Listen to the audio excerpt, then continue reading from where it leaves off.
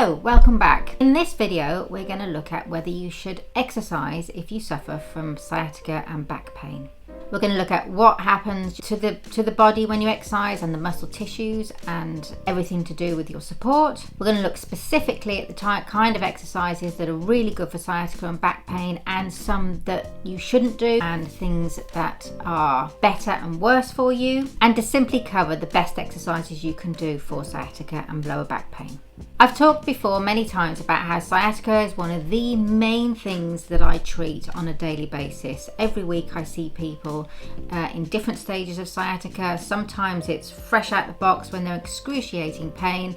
I often have to go to their houses where they're doubled up, they're hanging on to knobs and chairs and furniture to try and get from one place to the next place in excruciating pain. And I see people that have been suffering with sciatica for a long time, where on certain days it's okay, then it comes back and flares up, then it will go again, and then it will flare up again. And in other times I see people who exercise regularly, who are very, very fit, and through an injury or something that's been a build-up of a very, very tight muscle has been winding up an area which is causing the sciatica and the sciatic nerve to be pinched. Firstly, let's look at what happens to your muscles when you exercise. When you exercise, the muscle tissue is broken down, it wears away, you put force through the muscle, and then after you finish exercising, that's when the muscle rebuilds. And when it rebuilds stronger. And hopefully, if you're exercising in the right form, in the right way, the muscle fibers will rebuild themselves in a specific line in a really, really good organized fashion, which means that everything is straight and aligned and strong and will carry you and support you really, really well. Sometimes when people exercise, there can be a situation where, by the fact that it's a repetitive motion, there's been a strain at some point. Perhaps there has been some tears that have happened where you can basically be very, very fit, but there's a build-up over time in a specific area, which means that some muscle fibers are actually twisting up and winding up while you're exercising. The tissue becomes very knotted, and then as that becomes knotted, then other areas in your body, either side, the sort of domino effect, those muscles will be suffering, and they will start to tension and tighten because you've got this knotting and this winding up happening in a part of the muscles. This can typically happen around the hip area. Runners, cyclists, when you're bent over and you're cycling like this, there's a lot of strain put into the quads and the glutes and the hamstrings, and then just in that hip area, because you're bent over, I've seen it with spinning and in long distance cyclers, the hip area starts to wind and wind and wind and wind and wind, and you don't even notice it until you actually get your thumbs in there or a massage going, and you suddenly go, oh, that's really, really sore. And those areas can be the reason why more tension and more tightening is happening in the glutes and the hamstrings and the quads, which then make the muscle fibers twist up, and then in the back of the legs and the side of the legs, the IT band becomes very, very tight. And then that affects the glute and the hamstring, and the sort of combination of everything means that the sciatic nerve can be pinched. And in these cases, it is typically the best idea to sort of stop doing that repetitive cardiovascular kind of workouts. Normally this happens when it is cardiovascular, and it is the running and the repetitive movements of cycling, something like that. It can be rebounding, it can be all sorts of things, but it's normally an impacting kind of high intensity exercise that this typically occurs. And in these instances, it's time to sort of lay off that exercise for a little bit, and we need to strip back those muscles, and not just the woolly areas which are winding up and tightening, but we really need to strip back all of the subsequent muscles in the domino effect. So, because when you've got this woolly knotted areas, the muscles either side are going to also be under more tension and strain, and those fibers can start to twist and turn as well. So typically, if you've got a hip area which has been wound up through cycling, spinning, running a lot, then we need to work on not only that area, sort of stripping that back and getting those muscle fibers back into alignment and get rid of all that knottedness. We also need to work and really, really concentrate on the quads, the IT band side of the leg, because the IT band will probably tighten up really tight because it's holding the hip to the knee joint, which then starts to give that pressure because everything's starting to tighten up. Your body's trying to protect you because it literally thinks there's an injury because of this woolly knottedness happening in the hip. So it's trying to protect you because of the inflammation. So we need to treat the quad, the hamstring on the back, the whole area, and the glutes and the side of the hip. And often when I'm treating people in this area, I will have people on their sides and I will be working the side of the leg up to the hip, round the glute, and also lying on the front, the whole glute area, and on their backs, the whole of the quad area as well. Often this is all it needs. It just needs a few sessions like this. And typically I sort of advise people in this situation when they are suffering with sciatica and they're fit and they regularly exercise like this, it's time to actually put some other exercises into the routine. So to protect their legs and their hips and the glutes and the lower back and the impingement. So what we want to do is we want to strengthen the muscles in the right alignment. So first things first, we need to strip back those muscles, get rid of that tension, get everything a bit more fluid. Then it's time to take it back to basics and do some strength exercises. So typically we'll have a week off doing the running and the cycling, we'll strip back everything, then we will start to do some strength training exercises. Typically we're looking at quads, squats, lunges, static lunges normally to start with. We're looking at the side lunges to also strengthen the inside of the thigh area. We need a whole comprehensive strength to the limbs and the leg area to support the hip and the glutes. We would also look at doing some glute raises, some hip raises to strengthen the glutes as well. So the next type of people I see are people who are active or not so active, who do a lot of sitting or they don't train very often. And these are the people who normally come to me with very severe sciatica. The first stages of sciatica where literally you fall out of bed in the morning, you struggle to get to your feet, and you are hobbling around from countertop to chair to all sorts of different supports within the house or the area you're in. And typically when you sit down for any length of time, that's when everything starts to seize up again. And then it is a really painful action to try and get yourself up again. These are the type of people where we need to start looking at exercise as a long-term goal to strengthen these areas. But first, we need to actually help them get moving and to stop the impingement of the sciatic nerve. So generally speaking, we will look at again, stripping back of all these areas and finding out where in the legs and the glutes and the lower back, things are really starting to get woolly, knotted and out of line. And we do this by treating these areas. We treat the whole of the glute area, we get right down into the buttock, we smooth everything out. We then have people on their sides, we get right into the side of the leg where there's normally real tension, knots, this woolly, knotted winding up of the muscle tissues and the fibers. And we need to strip those back and loosen everything off. We obviously, in previous videos, I've talked about how we need to look at the cause of the sciatica. So it can be from the feet or it can be from the knees. Please check out those videos. We'll leave links in the description below for those videos of how to look whether it can be your feet or your knees that are actually starting to cause a build-up in the legs and the glute areas, which is causing the sciatic nerve to be impinged and pinched. So in these people, what we're seeing normally is we're seeing muscles which aren't strong. We're seeing muscles that over time have become slack. And if you think of muscle fibers as a load of stringy wires, and these wires over time, because the strength is going as we age, or if we're not doing very much, these muscle fibers are becoming very relaxed and slack. And they start to swing around, and often if you've then got something wrong with your feet or your knees and you're slightly knock-kneed or your feet are rolling in, the body then has to try and balance you in a certain way. And these muscle fibers get all confused, and certain parts of the muscle fibers will be under extreme stress because of the way it's trying to balance you, and others will be slack and flinging around everywhere. And this is when suddenly, under some pressure, or you move or you pick something up, these muscle fibers twang up and they start to pinch the sciatic nerve. And this is excruciatingly painful. But ultimately, we have got a situation where the muscle fibers are just not strong. They're not nice and formed and in line and holding themselves. The muscle isn't hydrated and podgy and succulent. It's not bouncy like a trampoline. It's all got a little bit out of shape.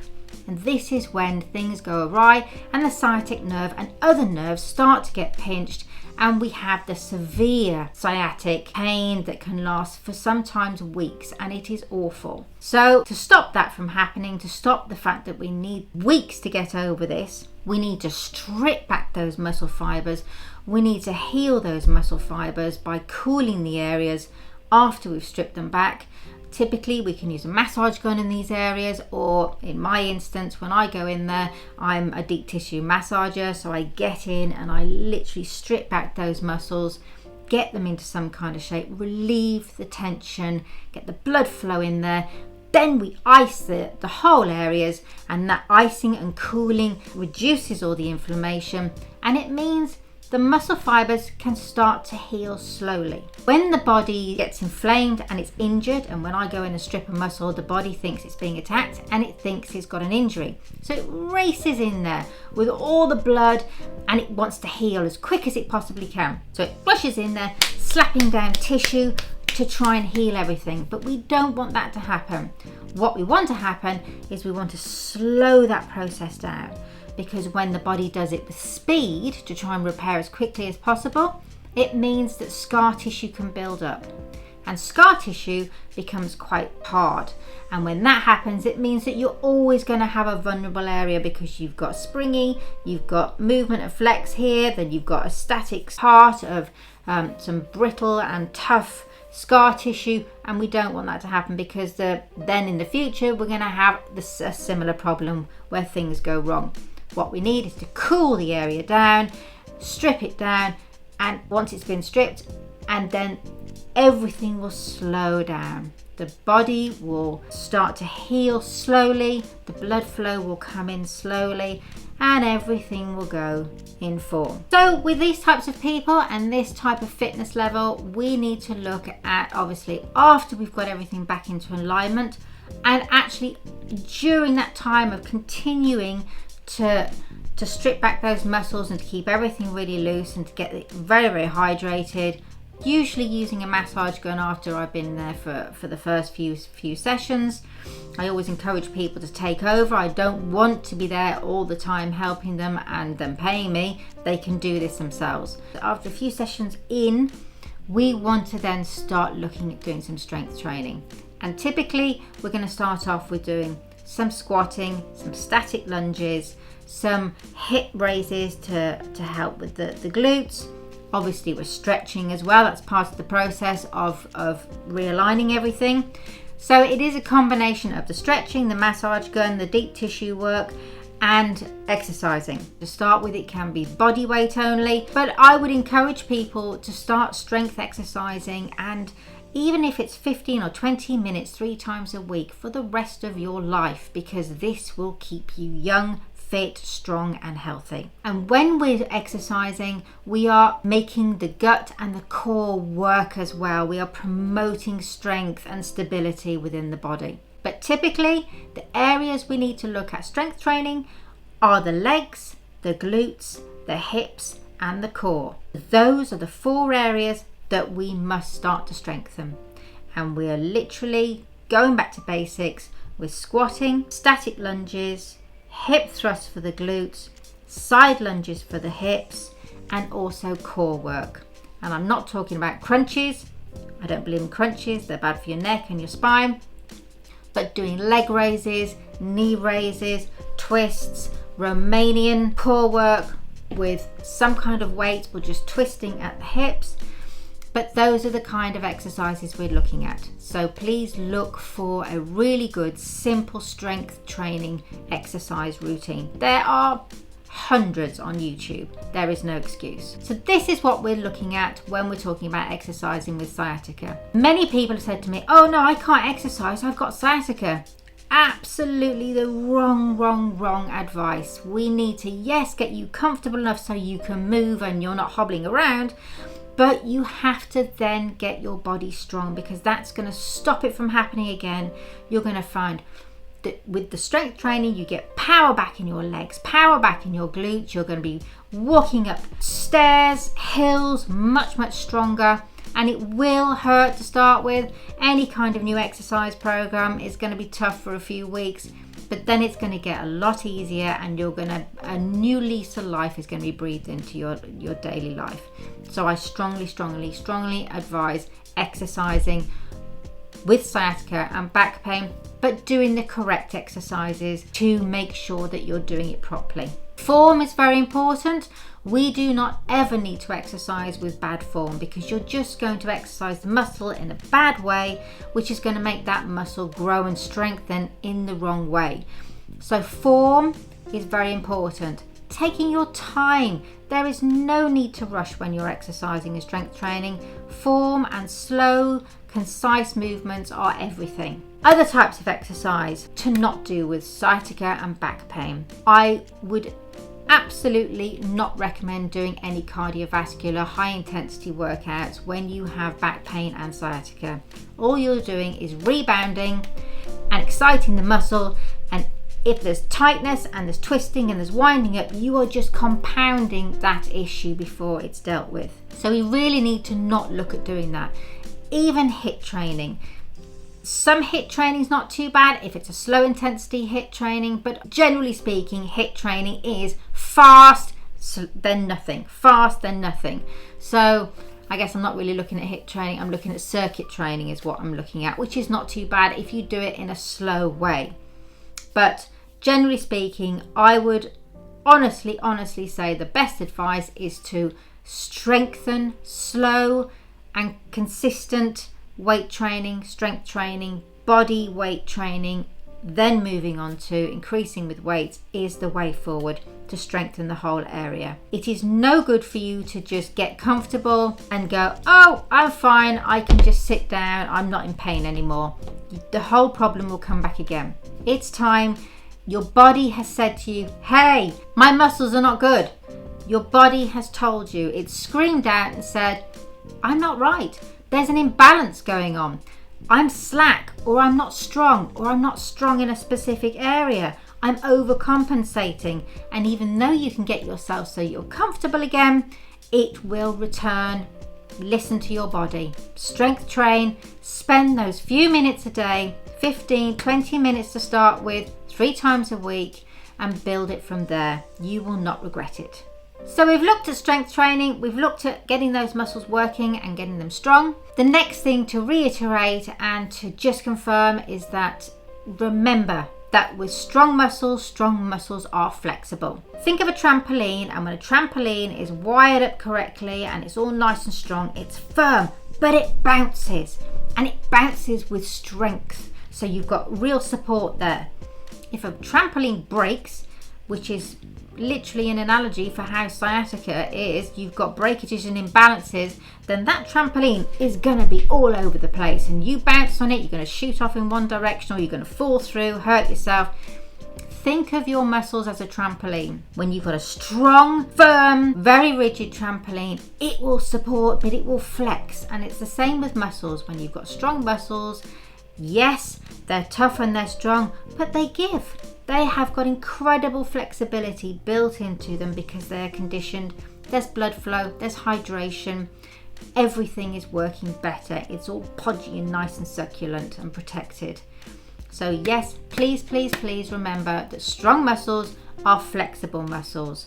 Do not think that if you've been exercising and you've got sciatica, you must suddenly stop, because that's the worst thing you must do. You must obviously get yourself so you are out of pain, or as much out of pain as you possibly can, but then just alter the amount of training you're doing, stretch more, alter the training to make sure you're making those areas strong, and they will be more flexible for it and love you for it. So to go back to the exercises you must really think about doing, it's quads, it's squats, it's static lunges, it's side lunges, it's glute work by lifting the hips off the floor, making sure the whole of the hip and the glute area is being worked.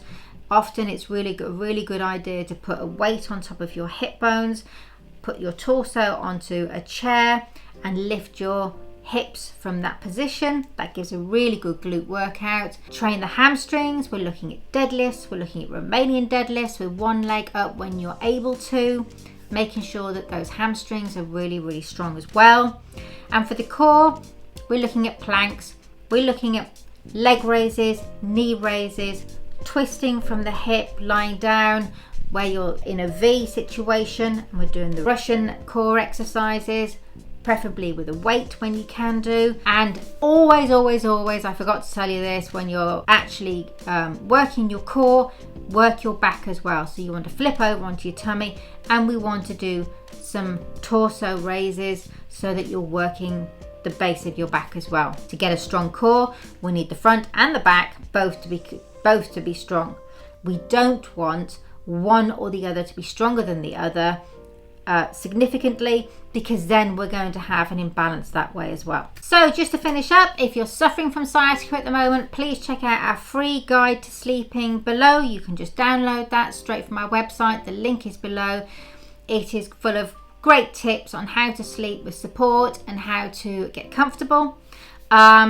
Some really simple stretches to do before you get into bed and after when you get up in the morning as well, just to start the day. Also, if you really have had some problems with sciatica, there's the link to our book down below. It is a quick, short, comprehensive, very easy to understand book.